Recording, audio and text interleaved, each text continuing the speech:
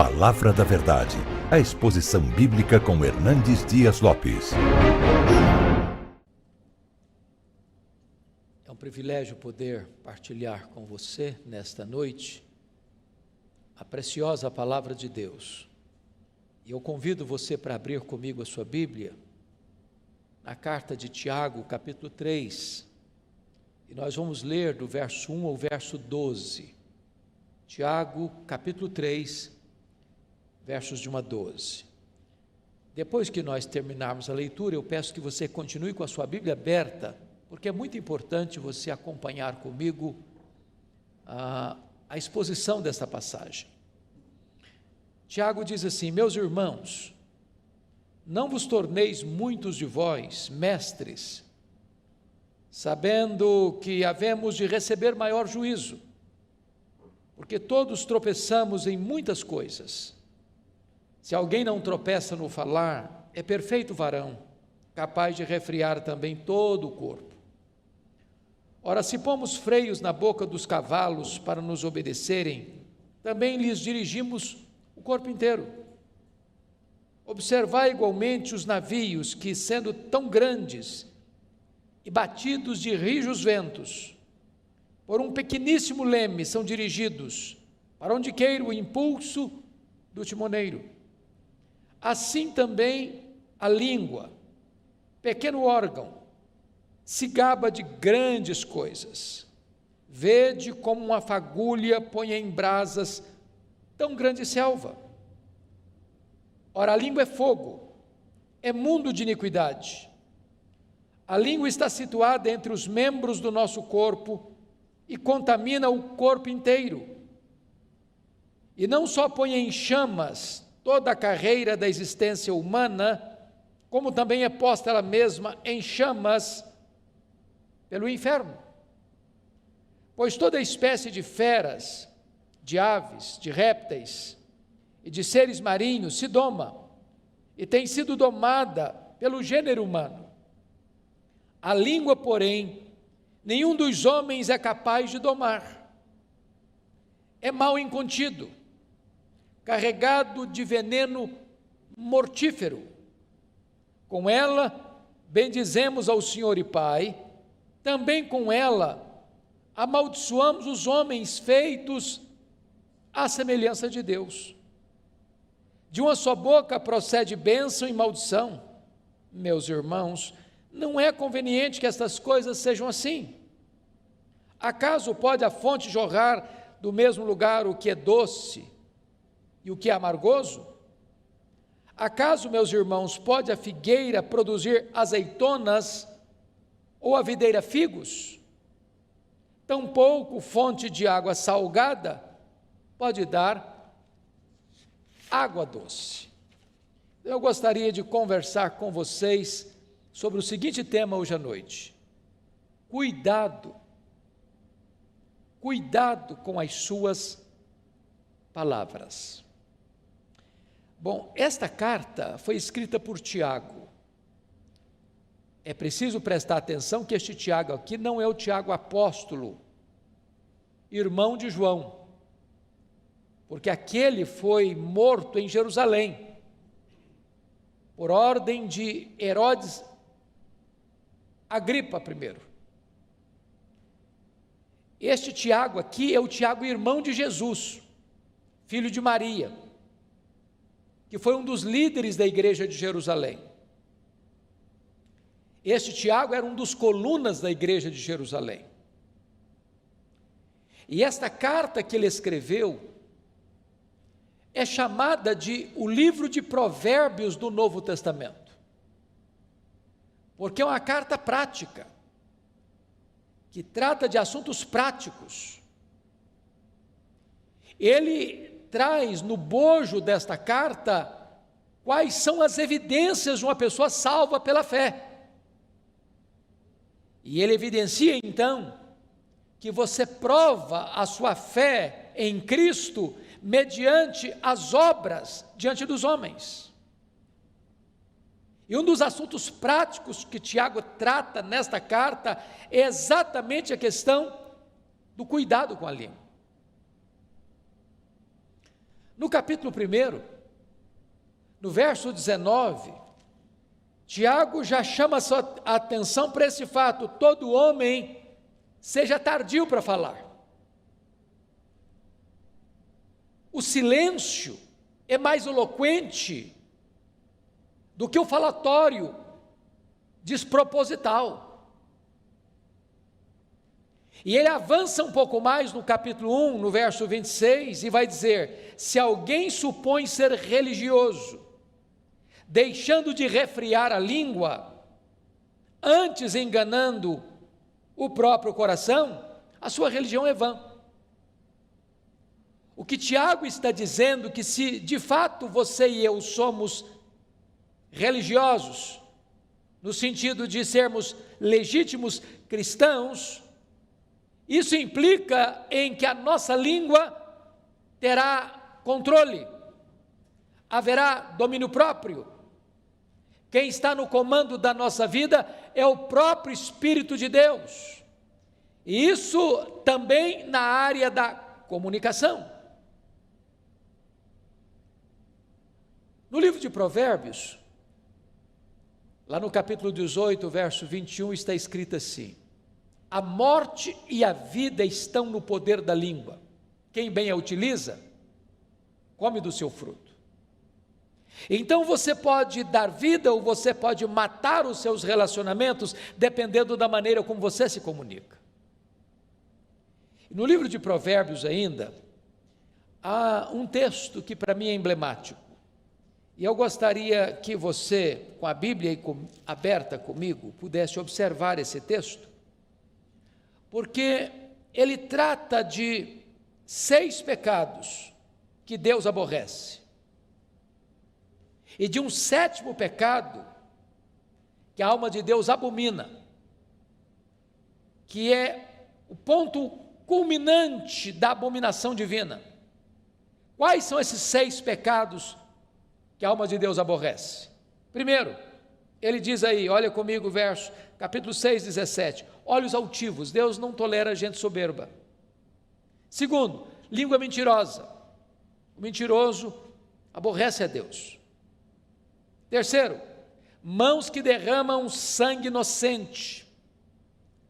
Pensa comigo hoje em quantos abortos são praticados no Brasil. Quantos bebês que são martirizados, trucidados, esquartejados no ventre materno e sugados de lá, do sacrário mais bendito da vida, o ventre, como uma verruga pestilenta. Isso aborrece a Deus. Depois o texto diz, em 4º lugar, coração que trama projetos iníquos, gente que fica maquinando mal. Deus aborrece isso. Depois Deus diz, pés que se apressam a correr para o mal, gente que não só concebe, mas tem pressa para praticar o mal. Deus aborrece isso. 6º lugar, testemunha falsa que profere mentiras, que inverte os fatos. Deus aborrece isso. Mas o 7º pecado que a alma de Deus abomina, preste atenção, é este: o que semeia contendas entre irmãos. O que eu fico impressionado é que Deus diz que esse pecado é mais grave aos seus olhos do que o assassinato.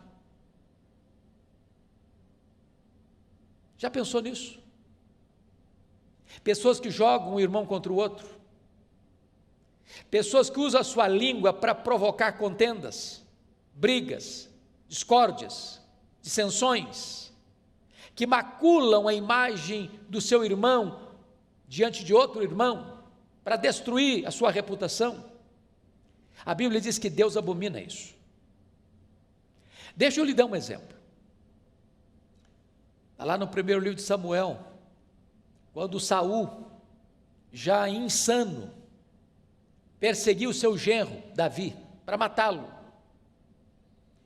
E diz a Bíblia que nessas fugas de Davi, não porque Davi tivesse medo do seu sogro, ou porque Davi fosse covarde, Davi tinha consciência de que não podia tentar contra o seu sogro, vingar-se do seu sogro.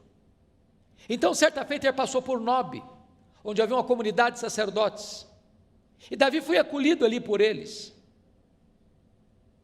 E um indivíduo chamado Doeg deu um relatório tendencioso, malicioso, maledicente a Saul. E Saul se enche de fúria e vai a Nob e mata 85 sacerdotes. Mata homens, crianças, uma chacina, um derramamento de sangue, porque alguém maldoso joga uma pessoa contra outra e cria um cenário terrível de conspiração que leva à morte de muitos inocentes. A língua é perigosíssima. Então, cuidado com a sua língua, cuidado com as suas palavras. Voltando ao texto que lemos para expô-lo, abra comigo então, lá em Tiago 3. E Tiago começa alertando para o seguinte fato, olha comigo, versículos 1 e 2.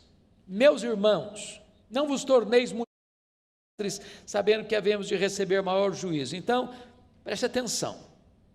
Quanto mais alta a posição que você tiver, mais de você será exigido. Quanto mais privilégios, mais responsabilidades. O grau de exigência vai crescer. Mas no verso 2 ele diz assim: porque todos tropeçamos em muitas coisas. A primeira realidade que eu noto nesse versículo é que Tiago está sendo prático e honesto.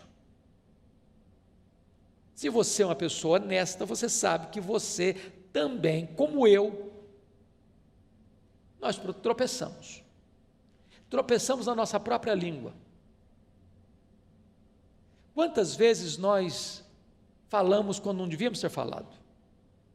Quantas vezes nós nos calamos quando deveríamos ter falado? Quantas vezes as nossas palavras não foram as melhores, não trouxeram edificação? Quantas vezes as nossas palavras não transmitiram graça aos que nos ouviram?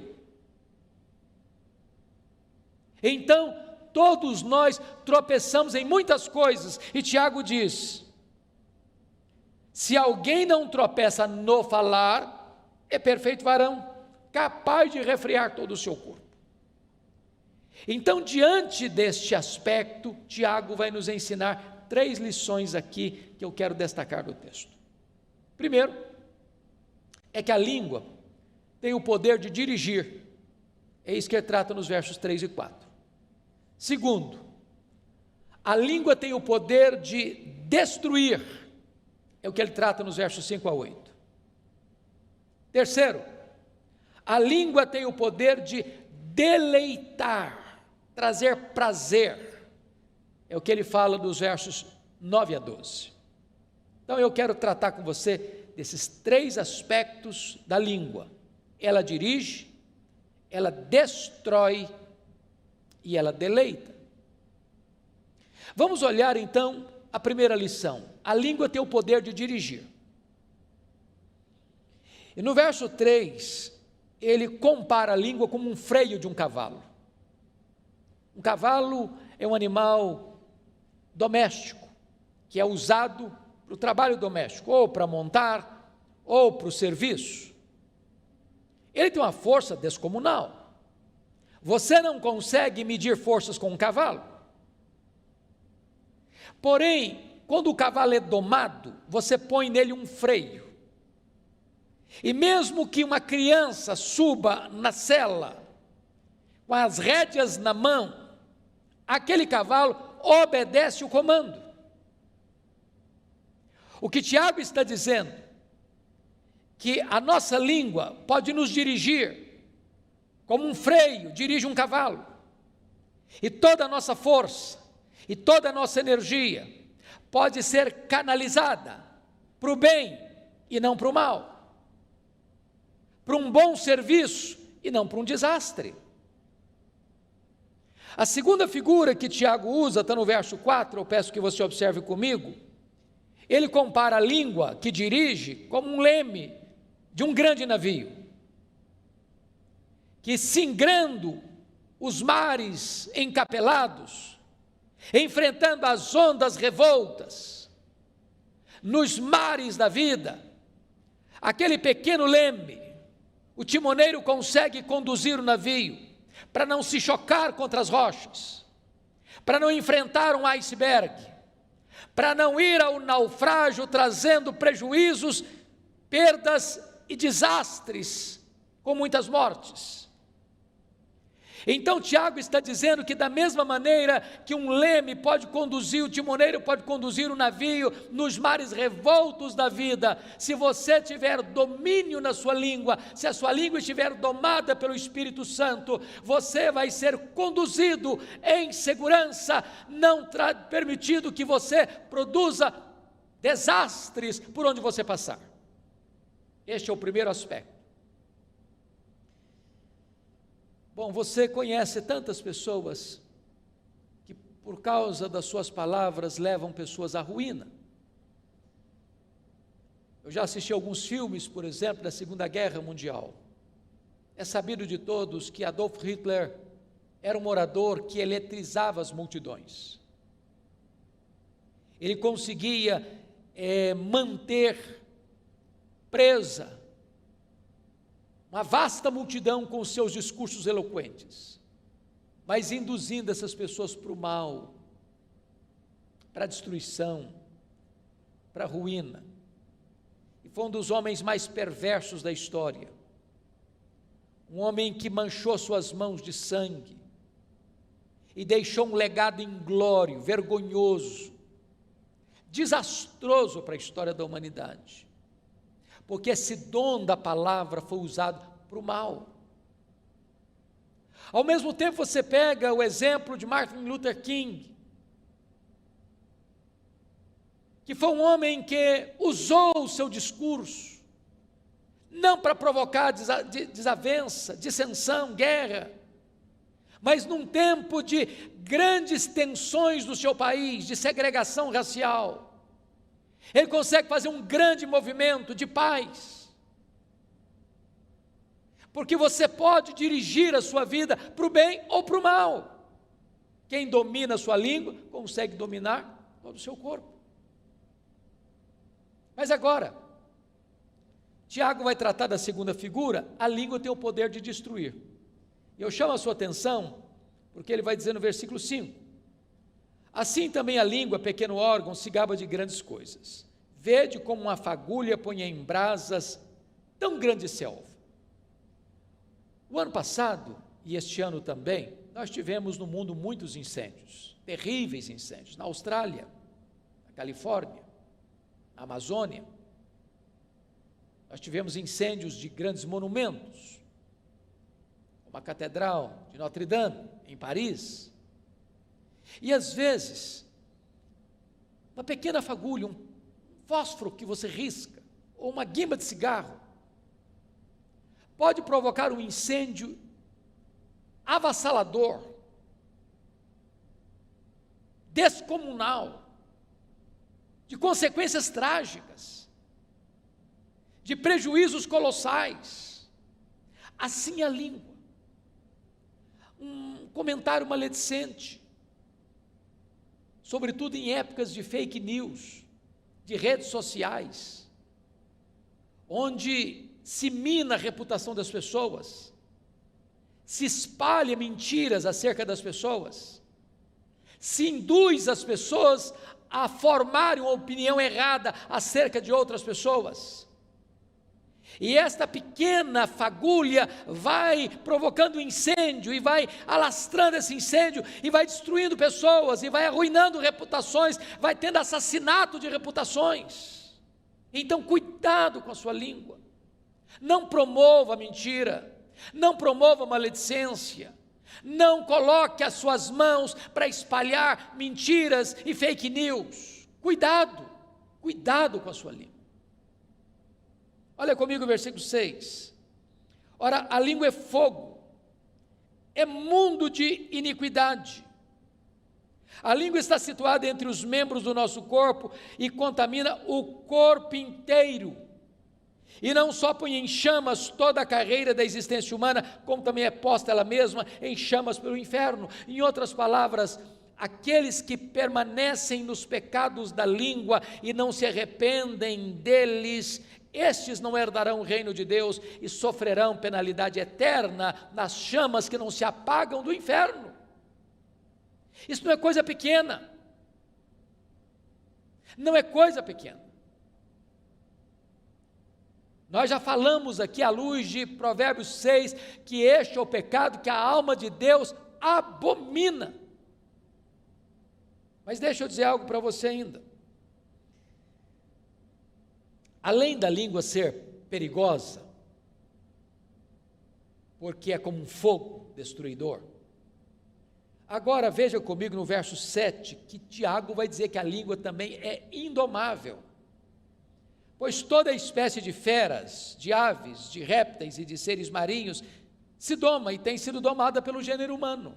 Então, as aves, os animais da terra e os peixes do mar, os voláteis, os anfíbios, os peixes e os animais que rastejam pela terra, todos podem ser domados, todos, e domados pelo homem. Agora olha comigo, por gentileza, o verso 8. A língua, porém, nenhum dos homens é capaz de domar. E Tiago prossegue, é mal incontido. É mal incontido. Eu não sei quanto a você, mas eu reconheço tantas vezes a minha insensatez. E às vezes eu fico com vergonha de mim mesmo. Porque às vezes eu falo que eu deveria ter vergonha de ter falado. Às vezes falo na hora mais inoportuna. Às vezes eu falo com as emoções exaltadas, e a Bíblia diz que isso provoca ira. Às vezes eu contribuo para que as pessoas sejam mal faladas, ou me omitindo, ou contribuindo para isso. E eu preciso admitir, à luz do diagnóstico do texto bíblico, que de fato a língua é um mal incontido, e uma fera enjaulada atrás dos nossos dentes, que até hoje não conseguiu ser domada.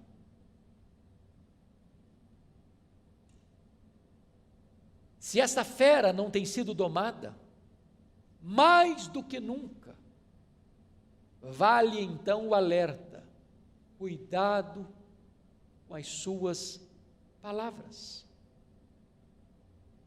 Palavras que saem da nossa boca não voltam mais. São como uma flecha que é atirada. Um comentário mal feito é como subir no alto de uma montanha e soltar um saco de penas, não se recolhe todas mais. Mas ainda Tiago vai dizer que esta língua, além de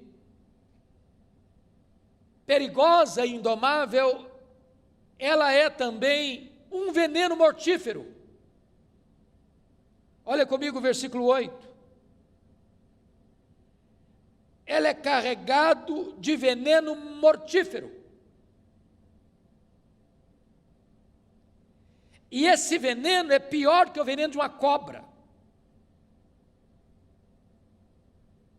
Porque o veneno da cobra é o próprio Deus quem coloca nela. Mas esse veneno da língua não é Deus quem coloca. É a malignidade do nosso pecado. É a inclinação da nossa carne que é inimizade contra Deus.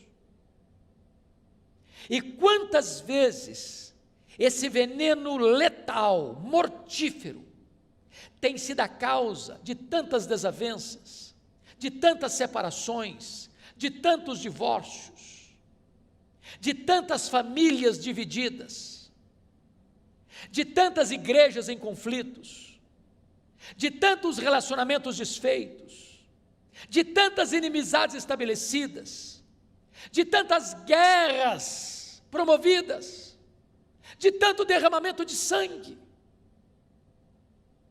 Cuidado com as suas palavras. Mas Tiago avança um pouco mais para nos informar algo tremendo nesse texto, é que a língua também é incoerente. Incoerente. É o que vai dizer dos versos 9 a 12. No verso 9 ele diz: com ela bendizemos ao Senhor e Pai, também com ela amaldiçoamos os homens feitos à imagem e semelhança de Deus.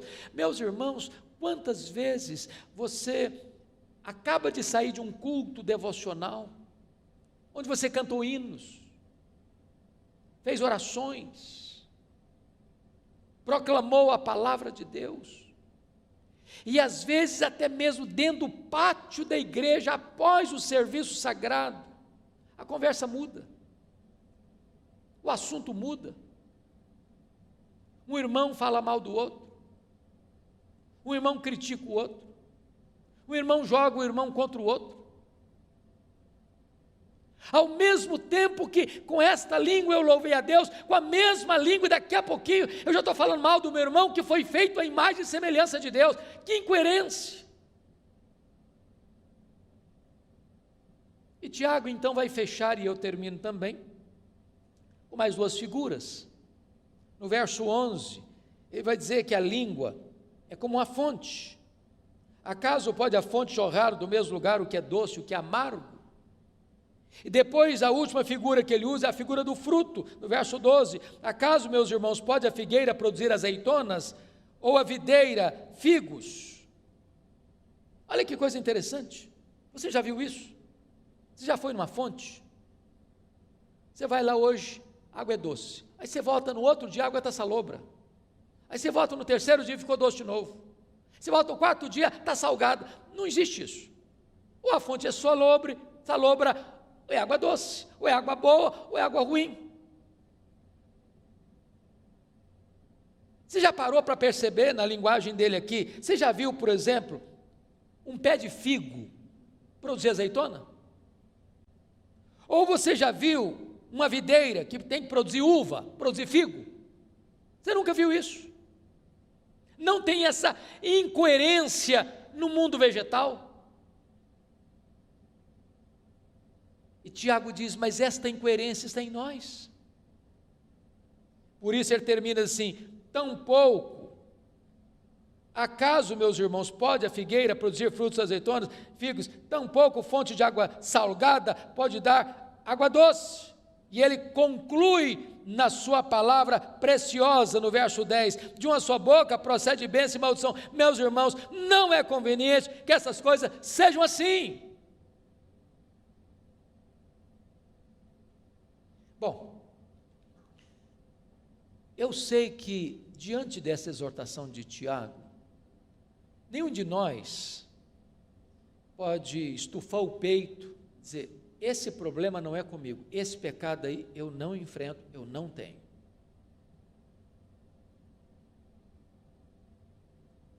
Se formos honestos, temos que vestir todos nós a carapuça e dizer, bom, Tiago está falando é comigo, é com você. Qual a orientação que a Bíblia nos dá? Meus irmãos, não é conveniente que seja assim. Nossa língua não deve ser incoerente.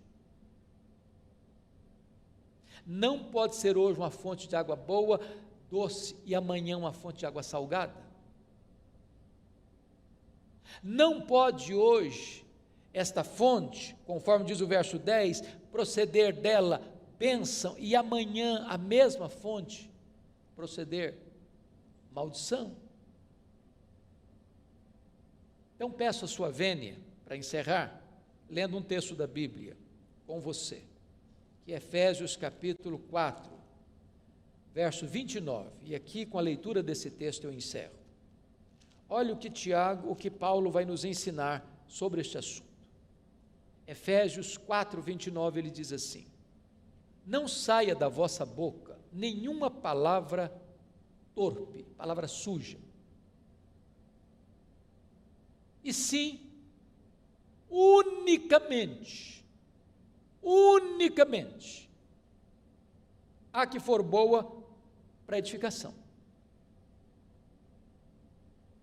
Se não é para edificação, fica calado. E ele diz mais: conforme a necessidade. Tem hora que não é hora de falar, não, é hora de ficar calado mesmo, só se for necessário. E ele diz mais: e assim transmita graça aos que ouvem. Ou seja, a minha palavra precisa ser abençoadora, precisa melhorar o ambiente, precisa trazer alegria, precisa trazer restauração, precisa costurar a unidade, precisa construir pontes em vez de cavar abismos. Então que Deus nos ajude, que Deus tenha misericórdia de nós, e fica aqui o alerta: cuidado com as suas palavras. Palavra da Verdade, a exposição bíblica com Hernandes Dias Lopes.